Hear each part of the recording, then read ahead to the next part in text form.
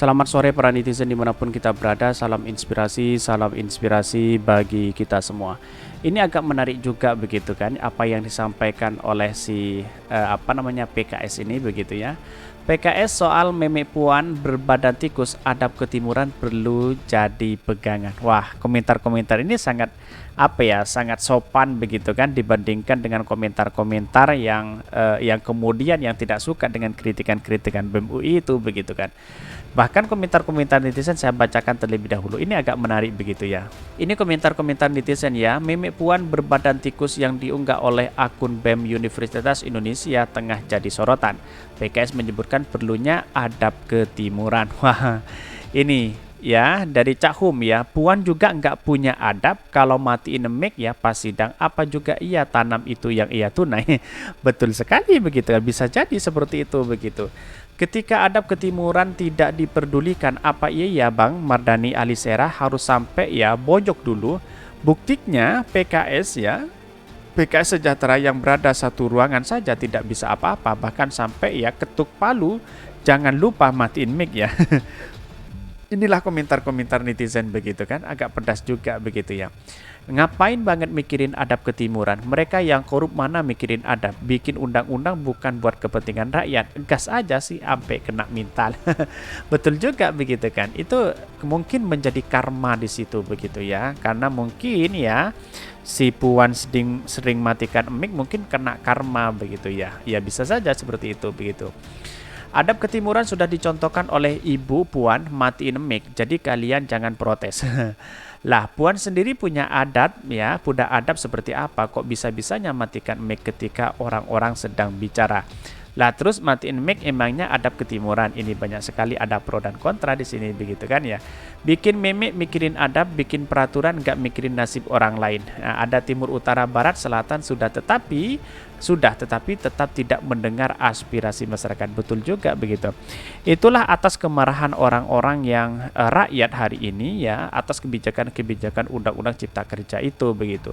Bahkan Puan Maharani dianggap sebagai ya dianggap sebagai orang yang tidak pro terhadap rakyat begitu ya. UI lokasinya di Indonesia bagian barat, bukan bagian timur. Jadi sudah benar tidak memakai adab ketimuran. Nanti kalau jadi pemimpin ya juga perlu adat ketimuran toh ya. Adat barat malah bagus, lebih malu, nggak korup ya, rakyat sejahtera. Ini kagak ngomongin adab kalau masih buka korupsi dengan dengar suara rakyat nih. Matikan mic orang lagi menyampaikan pendapat juga termasuk beradab ini.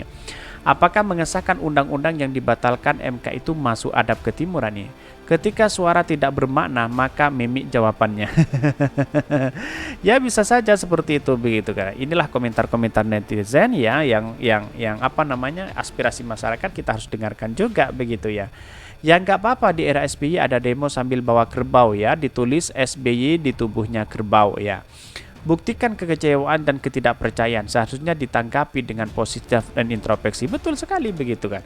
Kenapa ketika pemerintah hari ini dikritik malah mengancam begitu kan, malah mengkritik balik begitu, padahal memakan uang rakyat, dipilih oleh rakyat dan sebagainya begitu kan. Kok rakyat dijadikan sasaran? Ada apa setelah dikritik ya? Ketika ada pemilihan puja-puji sana sini begitu, minta surat suara begitu kan ya, bahkan membeli surat suara begitu. Monggo dipikirin juga kenapa mereka sampai segitunya. Itulah pro dan kontra hari ini begitu kan ya. Kalau dikritik langsung ke oposisi PKS ciut, politik ambigu. Perlu adanya ketegasan dalam hukum. Kritikan dan hinaan jelas berbeda. Perlu dilihat ke dalam lingkungan ke kampusnya ilmu politik bagaimana yang diajarkan ya. Tetapi mari kita baca terlebih dahulu beritanya seperti ini.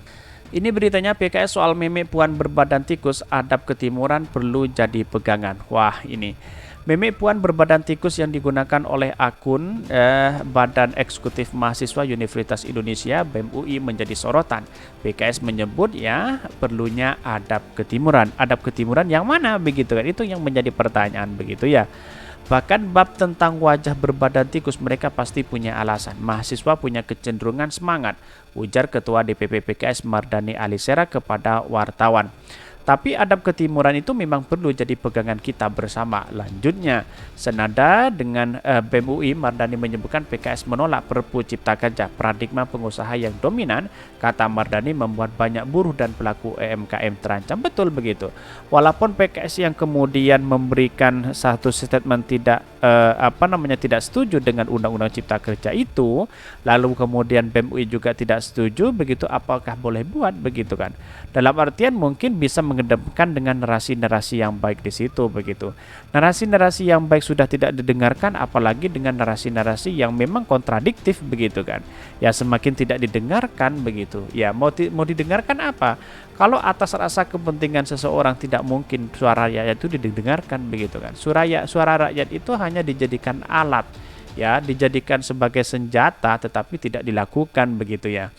Hak semua orang ya berserikat dan berpendapat. Apresiasi BEM UI yang berani dan berpendapat langsung tentang Perpu Cipta Kerja, jelas Mardani. Bahkan Meme Puan berbadan tikus ini. Dalam unggahnya BEM UI ya membuat kritikan perihal sikap DPR dalam pengesahan Perpu Cipta Kerja menjadi undang-undang. BEM UI juga mengubah akronim DPR menjadi Dewan Perampok Rakyat.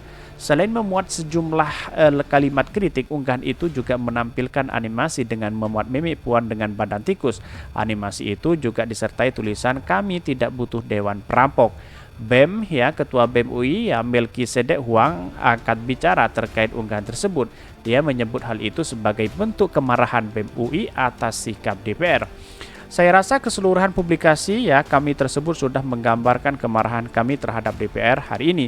Maka Melkisedek dihubungi pada hari Rabu kemarin. Artinya hal-hal seperti ini sudah menjadi apresiasi penting begitu kepada BEM UI ya, karena selama ini Undang-Undang Cipta Kerja setelah ditelusuri ya, setelah dilakukan ya oleh masyarakat, bahwa banyak yang tidak setuju di situ begitu. Akhirnya masyarakat yang mulai geram terhadap pemerintah hari ini.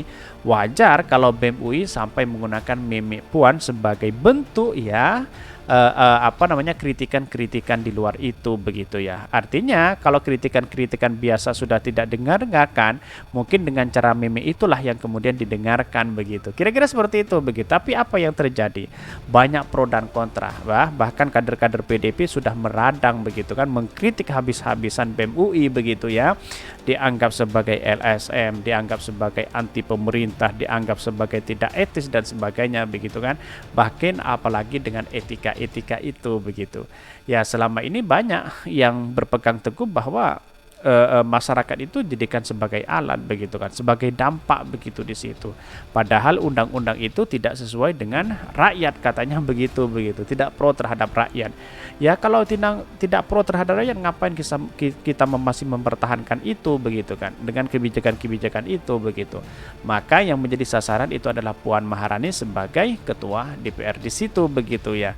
Banyak yang muncul spekulasi dan bahkan tidak terbendung lagi ya orang-orang yang mengkritik habis-habisan ya. Bahkan BEM UI dapat apresiasi begitu dari publik begitu kan, sebagai bentuk rasa aspirasi itu ya langsung ditunaikan langsung ya dari BEM UI kepada dari mahasiswa ya sebagai BEM UI di situ kepada pemerintah. Akhirnya apa?